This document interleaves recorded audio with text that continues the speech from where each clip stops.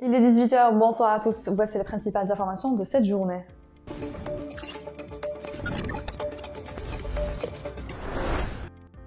Au moins 8 personnes ont été tuées et 6 blessées ce mardi en Ukraine par une frappe aérienne sur une zone résidentielle de la ville de Kharkiv sur laquelle les forces d'invasion russes mènent l'assaut, ont annoncé les autorités. Une frappe russe a également visé la tour de télévision à Kiev, entraînant l'interruption de la diffusion des chaînes. L'armée russe avait annoncé dans la matinée qu'elle allait frapper des infrastructures des services de sécurité ukrainiens à Kiev et a appelé en conséquence les civils vivant à proximité à fuir.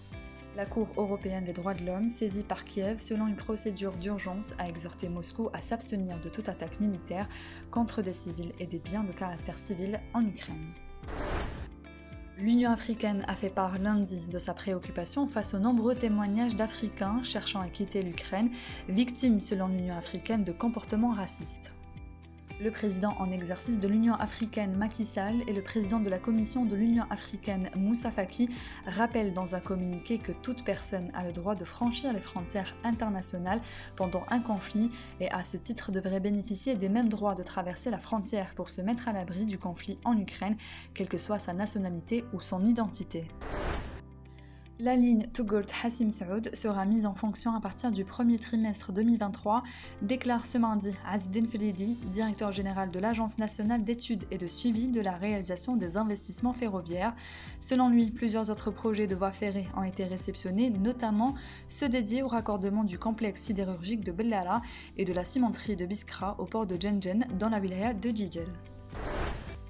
Le ministre des Transports Aïssa Bekkay a révélé hier que 15 entreprises privées ont obtenu des accords de principe pour l'investissement du transport aérien, promettant une baisse des prix sur les vols internationaux.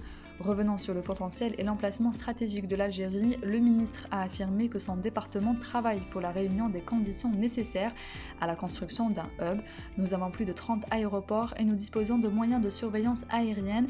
Certains appellent à la création d'un hub reliant l'Afrique au reste du monde et nous sommes en train de réunir les conditions pour concrétiser ce projet, a-t-il fait savoir.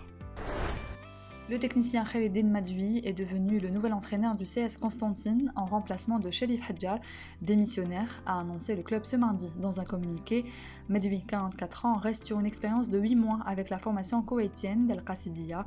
À la mi-février dernier, l'enfant de Sétif a déposé sa démission qui a été acceptée par la direction du club.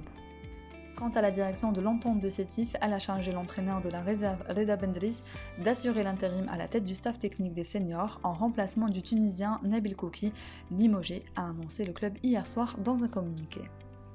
C'est la fin de ce JT, merci pour votre attention, on se retrouve demain à la même heure sur nos réseaux sociaux.